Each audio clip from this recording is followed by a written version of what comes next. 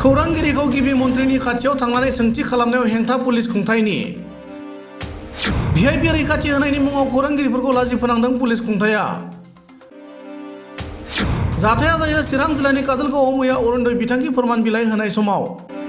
चिरां जिल्लानि काजलगावआव मैया गिबि मन्थ्रिया अरुणोदय बिथांखिनि फोरमान बिलाइ राननानै होयो। नाथाय आसाम सरकारनि अरुणोदय 2.0 बिथांखिनि कार्ड राननाय हाबाफारियाव भिआइपि रैखाथि होनायनि मुङाव पुलिस खुंथाया खौरांगिरिफोरखौ लाजि फोनांनाय जाथाय जायो, जायखौ लानानै खौरांगिरिफोरा गोख्रों खुद्रिसारनाय फोरमायदों। मख'जाथावदि गिबि मन्थ्रि डक्टर हिमन्त बिश्व शर्माया मैया बासुगावनि गोदानै बानायनाय फ्लाइअभारखौ बेखेवनानै होनायजों लोगोसे सरकारनि गुबुन गुबुन हाबाफारियाव बाहागो लायो। नाथाय बे हाबाफारिनि समाव चिरां जिल्ला पुलिस खुंथाया खौरांगिरिफोरखौ खौरांगिरि बेंखन ओनसोलावनो होबथानानै दोननानै गिबि मन्थ्रिनि खाथियाव थांनानै सोंथि खालामनायाव चिरांनि गागि खौरांगिरिखौ होबथायो। बेखौ लानानै खौरांगिरिफोरा खुद्रिखांनाय फोरमायनानै बासुगावआव गिबि मन्थ्रिया गावनो रैखाथि बेंखनखौ सौसिनानै रायजोफोरनि गेजेराव थांदों। नाथाय काजलगावआव गिबि मन्थ्रिनि खाथियाव थांनानै खौरांगिरिया सोंथि खालामनो नागिरनायखौ पुलिसआ होबथानानै मानो लाजि फोनांखो एबा अनागार खालामखो होनना सोंथि खालामनानै बे बिथिङाव गिबि मन्थ्रिया राहा लानांगौ होननानै खौरांगिरिफोरा दाबि खालामदों।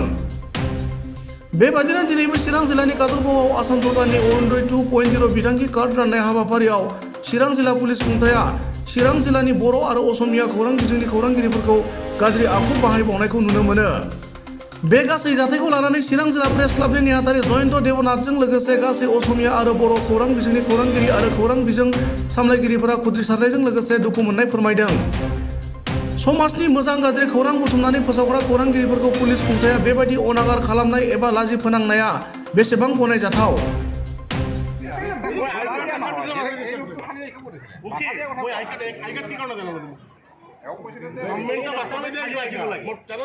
নিৰাপত্তাৰ নামত সদায় সাংবাদিকসকলক আতিশয্য চলোৱা হৈছে, বিশেষকৈ আৰক্ষী ফালৰ পৰা। কালিৰ দিনটোত মুখ্যমন্ত্ৰীয়ে নিজে চিৰাঙৰ বাসুগাঁৱত নিৰাপত্তাৰ যিটো বেষ্টনী তেওঁ নিজে ভংগ কৰি ৰাইজৰ মাজত সোমাই গ'ল। নিৰাপত্তাৰ সকলো তেওঁলোকৰ নীতি বিধি ব্যৱস্থা তেওঁ নিজে ভংগ কৰিলে।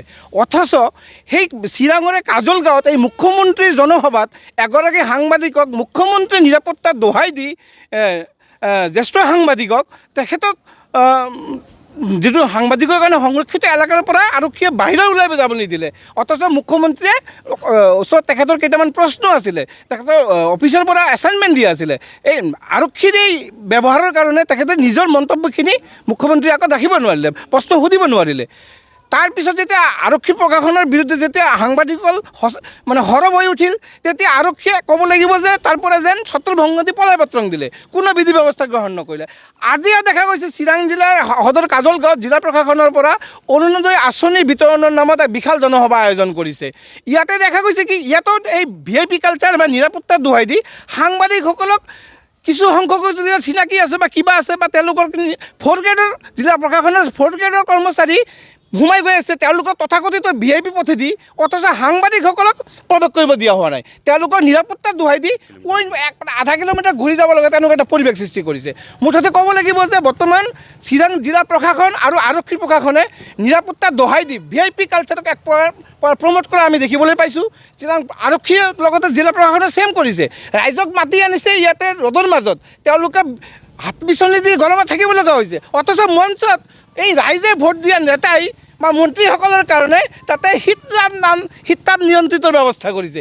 এইটো কি চলি আছে আচলতে? য'ত প্ৰধানমন্ত্ৰীয়ে য'ত কৈ আছে যে আমাৰ ভিআইপি কালচাৰ থাকিব নালাগে, ভিআইপি কালচাৰ নোহোৱা কৰিব, সেই সময়ত দেখা গৈছে যে প্ৰশাসন আৰু আৰক্ষীয়েই বৰঞ্চ তেওঁলোকে নিৰাপত্তা দোহাই দি বিভিন্ন কাৰণ দেখুৱাই তেওঁলোকে ভিআইপি কালচাৰক প্ৰমোট কৰা দেখিবলৈ হৈছে।